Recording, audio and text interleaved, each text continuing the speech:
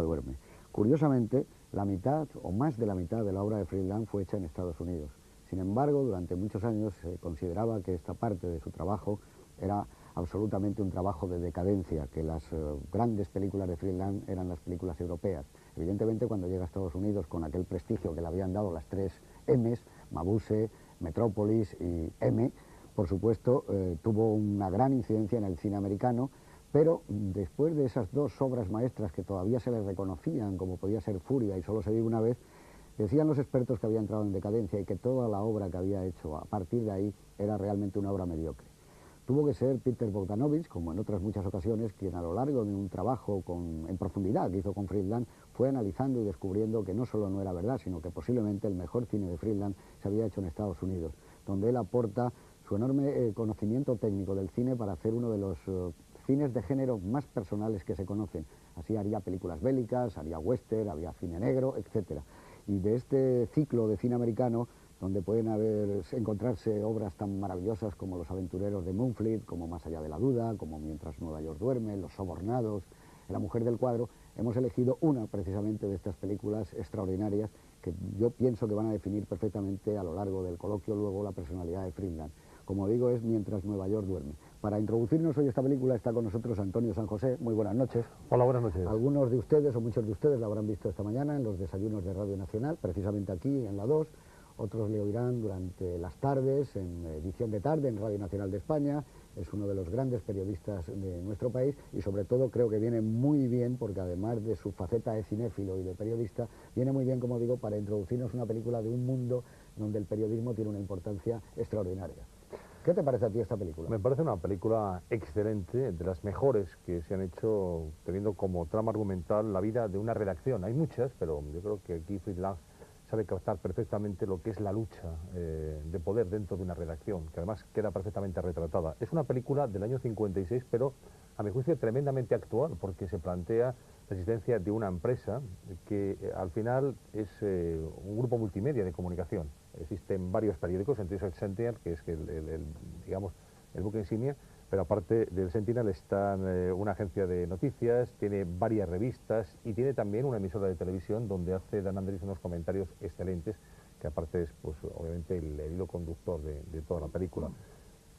Es una película de cine negro, claramente, en donde hay asesinatos y en donde se juega con la resolución de un caso, el asesino de Lápiz de Labios, para terminar entregando el poder de una dirección general de publicaciones en la empresa.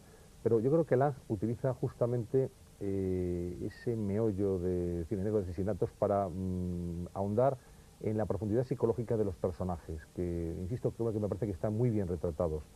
Ahí, como siempre, yo creo que como todo el cine de Lange, porque esta película podía enlazar perfectamente con otras como M, Sí, claro. seguramente, porque hay planos que les puedan recordarlo. Hay un perfecto manejo del espacio, del movimiento de cámara y unos diálogos maravillosos, algunas joyas que seguramente los telespectadores van a poder escuchar y captar enseguida, con una especial atención que yo pondría a los bares, a ese bar, el Blue Dell, que aparece durante toda la película y que es, junto con la redacción, otro de los escenarios naturales de aquel periodismo, que era un periodismo, bueno, pues un tanto hecho en la calle, en los bares, bebiendo, jugando a las cartas, una escena que también a mí me llama mucho la atención en una comisaría, que después comentaremos, todos jugando a las cartas, bebiendo, que era como se montaban las guardias, y eso lo retrató muy bien Billy Wilder, por ejemplo, en Primera Plana, o antes en Luna Nueva. Por tanto, tiene bastantes puntos de contacto esta película con otros que se han hecho con periodistas y algunos guiños hasta Ciudadano Kane. Muy bien, pues yo creo que es una introducción estupenda. Está también con nosotros Antonio Jiménez Rico. Antonio, buenas noches. Buenas noches. ¿Cómo definirías tú también el entroncamiento de Friedland con el cine negro? O sea, esta película que está muy cercana, Más allá de la duda, ¿cómo sería el cine negro de Friedland?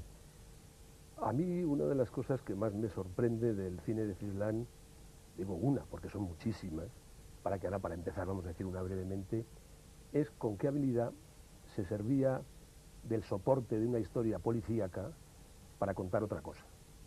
Realmente yo creo que Friedland en todo su cine negro siempre era un pretexto para hablar de otras cosas que son las que a él realmente le interesaban, y utilizaba la historia de intriga, más o menos policíaca, de un crimen o de varios crímenes, siempre no como pretexto, sino como soporte narrativo para sobre ese soporte montar una disección sobre una serie de cosas que en el caso de esta película es evidente que es una feroz crítica de la ambición, la codicia y el trepismo, por decirlo de alguna forma.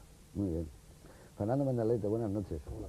¿Estarías tú de acuerdo también en esa infravalorización que tuvo el cine americano de Friedland hasta los años 58, 60, que empieza una nueva crítica a analizar la obra de diferente manera, ¿no? De otra forma? Totalmente, totalmente, y además para mí eso ha sido siempre una idea muy clara, aunque por supuesto yo aprecio muchísimo la obra alemana de Fritz Lang, pero a mí el Fritz Lang que me llega y que me resulta más cercano y más comprensible es el Fritz Lang americano, ¿no? Hombre, uno ve La muerte cansada de Amus de Todd, o ve Los Nibelungos o Metrópolis y se queda uno perplejo porque realmente eran grandes obras del cine mudo, ¿no? y obras irrepetibles y absolutamente personales y creativas, ¿no? Pero la verdad es que a mí una película como Perversidad, ¿no? O La mujer del cuadro, o Deseos humanos, es decir, las películas que tratan sobre sentimientos y sobre personajes que a mí me resultan más comprensibles y más próximos, sobre las pasiones de los hombres y de las mujeres, me resultan mucho más atractivas. A mí me parece que Fritz Lang fue un gran director desde que empezó hasta que terminó, ¿no? Es uno de los grandes con mayúsculas, ¿no? Bueno, pues vamos a ver esta estupenda película, que además, como decía Antonio San José, tiene una gran actualidad, evidentemente la tiene, y sobre todo yo les diría a ustedes que se fijaran en cómo rueda Fritz Lang en interiores. Yo creo que junto con Hitchcock no ha habido ningún director que haya tenido esa especie de claridad de relato que tiene Fritz Lang para enfrentarse con unos personajes en unos decorados. En cualquier caso, creo que es una película apasionante y que luego vamos a discutirla con amplitud y sobre todo como una gran alegría. Vamos a ver Mientras Nueva York duerme. Un día en Nueva York, porque la alegría de ver siempre una película produce una euforia especial a estas personas que nosotros hemos llamado durante mucho tiempo cinéfilos y que ahora nos llaman a nosotros cinéfagos. Algún día hablaremos de la distinción. Para centrar la película, digamos que es una película que la rueda Fritz Lang en el año 55, pero es una película del 56. En aquella época, mientras este hombre estaba dando ya quizá los últimos andaduras en Hollywood, fue el año en que la novela El Jarama, una de las novelas favoritas de una generación, a mí me pareció siempre y me lo sigue pareciendo maravillosa, ganó el premio Nadal y marca una época nueva en la literatura española. Digamos que Grace Kelly se casa y pasa a ser princesa de Mónaco, que fue el acontecimiento social y a nivel de revistas, que entonces nos llamaban del corazón, solo revistas, pero fue el acontecimiento. Como película española destacable de aquel año hubo una magnífica obra que se llamó Tarde de Toros, dirigida por Ladislao Baida, que yo recuerdo perfectamente ese estreno, un día de marzo en el Cine Coliseum, lo recuerdo como si fuera ahora. Fue el año también que se retiró Rocky Marciano invicto como campeón del mundo de los pesos pesados. Y fíjense ustedes qué curioso, que la Palma de Oro del Festival de Cannes del año 1956 fue para El mundo del silencio, del señor Cousteau, y el premio especial del jurado para El misterio Picasso de Clouseau. Y digo que es curioso porque se presentó a concurso una película llamada Vértigo, de Alfred Hitchcock, que no tuvo absolutamente ningún premio. Digamos que el Real Madrid fue campeón de Europa, que fue un acontecimiento enorme, aquel año 56, por vez primera, su primera Copa de Europa, que se casó además de Grace Kelly, Marilyn Monroe, con el dramaturgo Arthur Miller, que murieron Bertolt Brecht, Papini, Pío Baroja, Jackson Pollock, el pintor, y que, bueno, fue la primera vez que se hizo una retransmisión de televisión española, que entonces estaba en el Paseo de La Habana. Y digamos ya, para terminar, que hubo un alzamiento popular en Hungría que fue aplastado por los tanques soviéticos.